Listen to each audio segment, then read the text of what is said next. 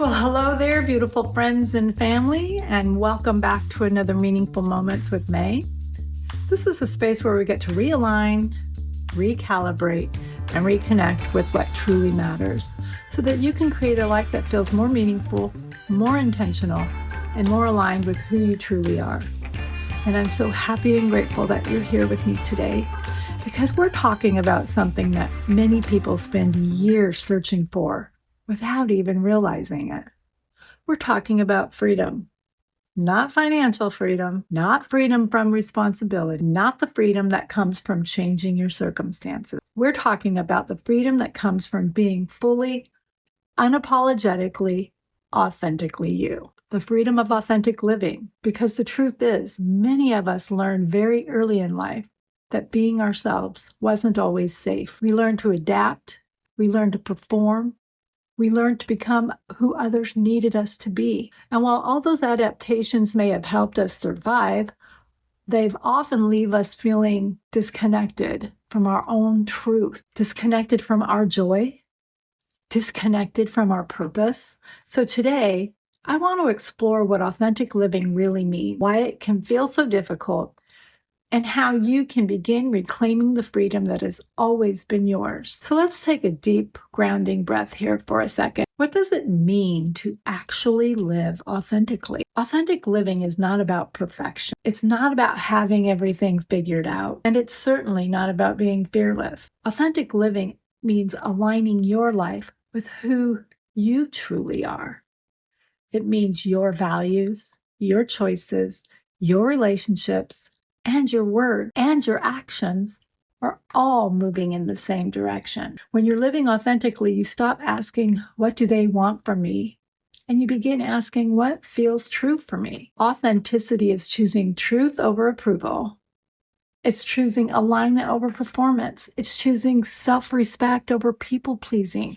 And while all of this sounds beautiful, many of us discover just how difficult it can truly be. Because authenticity often requires us to disappoint the versions of ourselves we created to earn acceptance in the first place. Let's talk about why we hide ourselves in the first place. Think about a young child. Children are naturally authentic.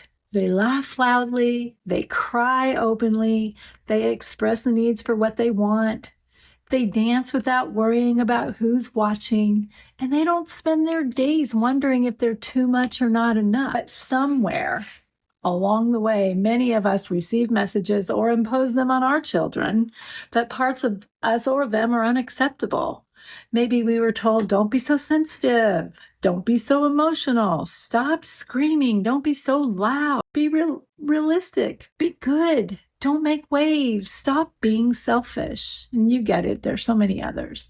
And slowly we begin editing ourselves. We learn which parts are acceptable and which parts should stay hidden. We create many masks. Masks of competence. Masks of strength. Masks of perfection, masks of people pleasing. And over time, we become so familiar with these masks that we forget they're even there. And that's often where the exhaustion begins. Because pretending to be someone you're not requires an enormous amount of energy. And there's a cost of living inauthentically.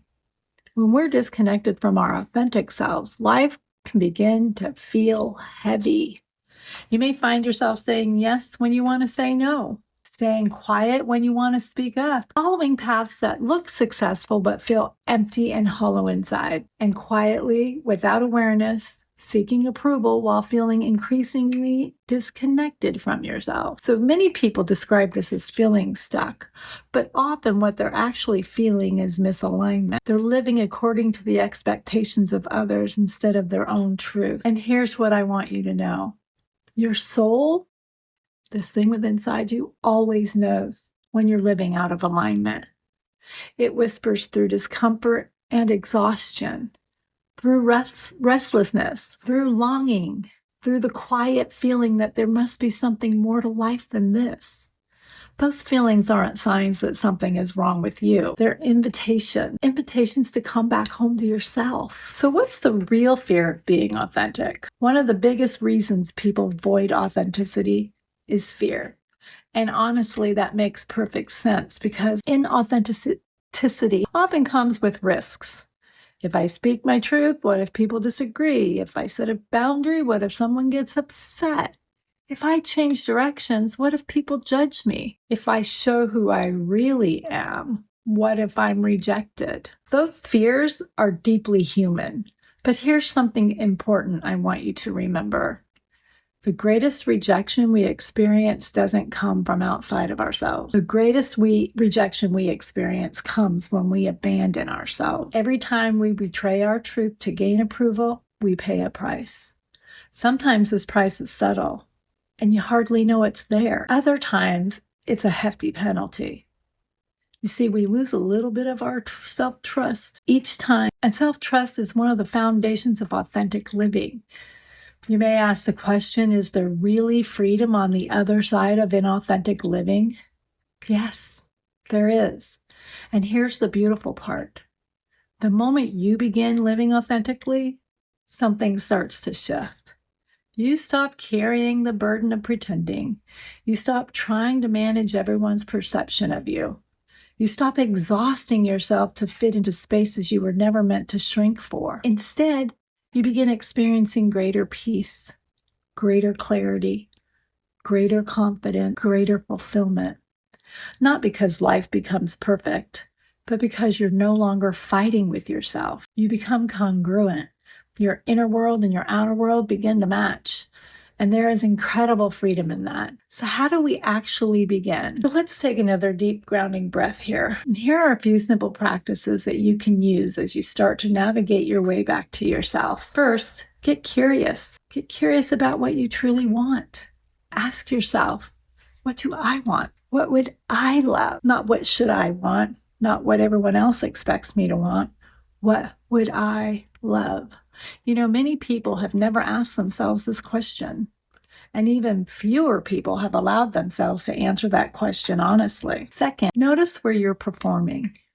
Pay attention to situations where you change yourself to gain approval. Where do you dim your light and shrink so others can feel better about themselves? Where do you stay silent when you have something to say? Where do you pretend to be someone else? Awareness is the first step towards freedom. Third, practice small truth-telling to yourself. Authenticity isn't built through huge, giant leaps. It's built through small moments of honesty.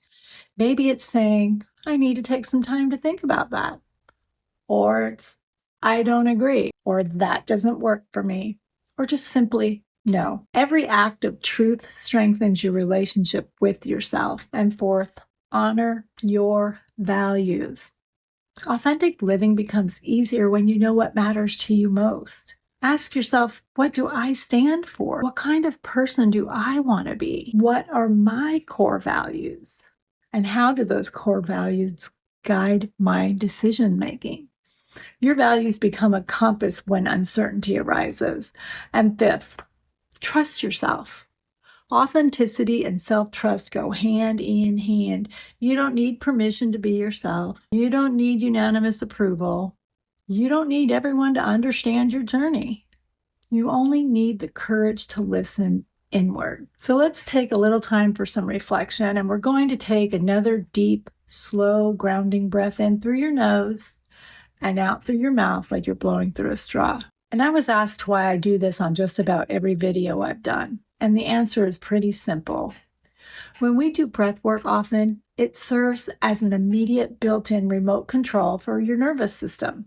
You can mechanically shift your body out of fight or flight state and directly into calm, rest, and digest mode. And you can think more clearly when your mind is in a calm state. Let's take a deep, grounding breath in through our nose and exhale it through your mouth like you're pursing on a straw. Now ask yourself, where in my life am I being completely authentic? Where am I still hiding? What part of me is asking to be expressed? What truth am I ready to honor? Don't rush to answer, just listen. Sometimes the answers come immediately. Sometimes they arrive later. Just trust whatever unfolds as it unfolds. And as we come to a close today, I want to leave you with this thought. Authenticity is not about becoming someone new. It's returning to who you've always been beneath the conditioning, expectations, and fear. The most meaningful life isn't built by earning approval. It's built by honoring truth.